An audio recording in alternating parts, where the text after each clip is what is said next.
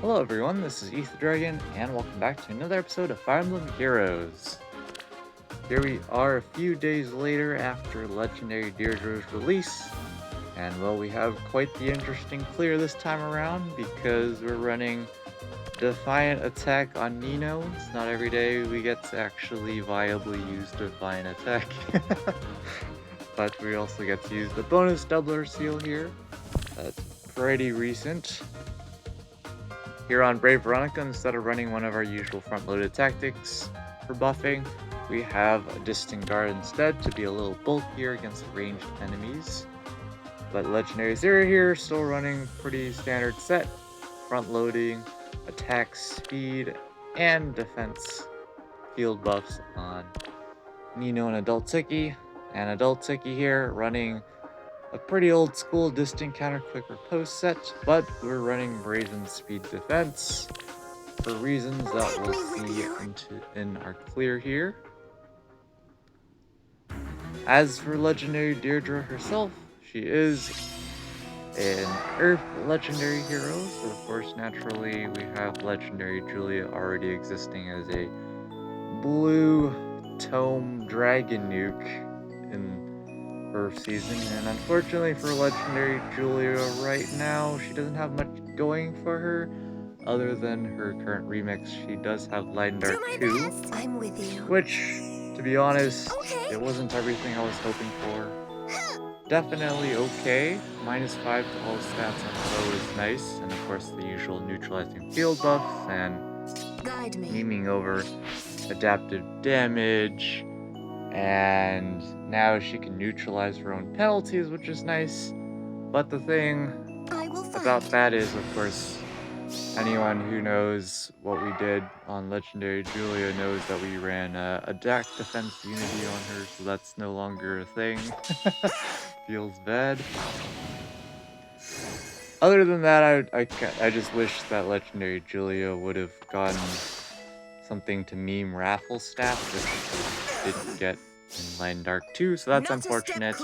But what can you do about it? Going back to Legendary Deirdre though, pretty much better than Legendary Julia in every way possible. The only thing that Legendary Julia has over Legendary Deirdre is that she can actually buff her own attack with Virtuous Naga, whereas Legendary Deirdre is about debuffing the enemy's attack and res by large amounts. And of course she also has her own unique special Circlet of Balance, which is definitely quite strong. Yes? So unfortunately for Legendary Julia, she's going to need a massive refine to be anywhere near close to Legendary Deirdre's power. But I mean, at the end of the day, we're just moving around here, Nino and Adult Tiki. Forgot to note earlier that we did manage to one-round KO, one-round KO the Lance Fighter, or Lance Knight, at the start of the clear through Deflect Magic, which is nice.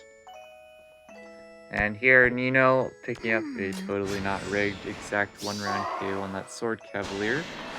And now is going to get tinged against by the Blue Cav.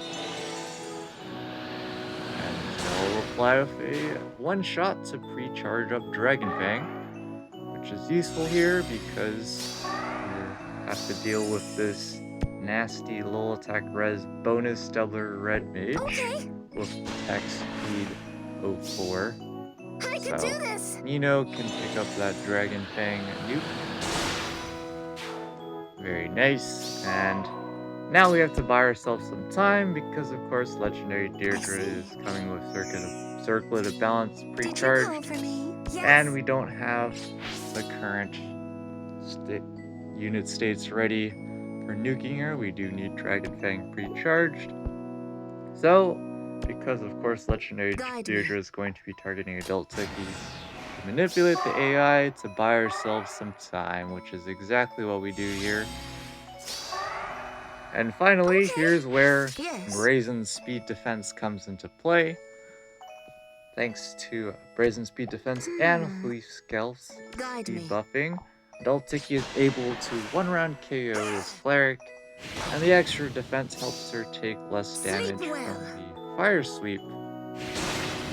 Bow archer, which means we can I'm do with you. the meme Do play my best. of baiting out this bow flyer with Nino. I will fight. And this way we get our charges on Dragon Fang ready to go. So Nino's able to survive by a pretty large margin there.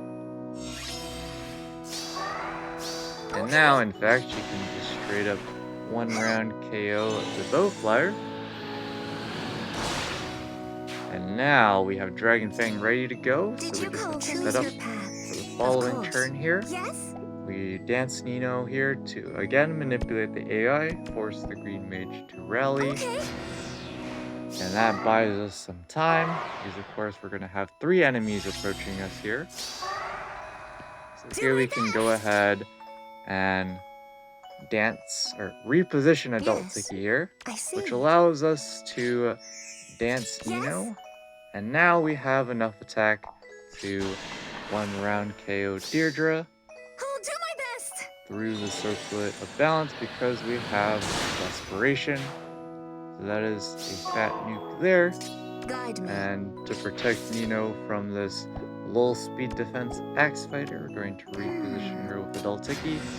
And everyone's hiding in the corner. So here, totally not rigged, the Lance Flyer is barely unable to take out Adult Tiki, which is great for us, not for them. And the Axe Fighter cannot do a single point of damage to Adult Tiki, so that is a rip for the Axe Fighter. And now at this point, we are set to win here. Let's go ahead and start out by taking out the Axe Fighter here. Sleep well. Nice juicy bonfire.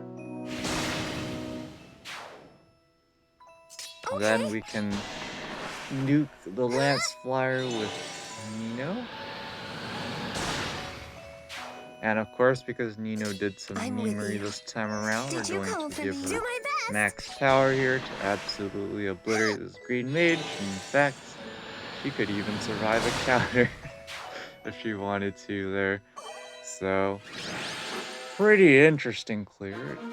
I don't know if we've ever used Defiant Atk in one of these clears, but now we have. And overall, Legendary Deirdre will just definitely be an annoying unit with Circlet of Balance. Don't know how we're going to deal with her in Arena. Of course, we have Legendary Nana for actual Arena matches and stuff, so that's nice, but boy, is she going to be annoying in some particular shenanigans, so we'll see how we deal with her in those times. But until then, that's going to be it for this episode. Thanks for watching. As always, this is Defiant Atk, and hope to see you all next time. Bye!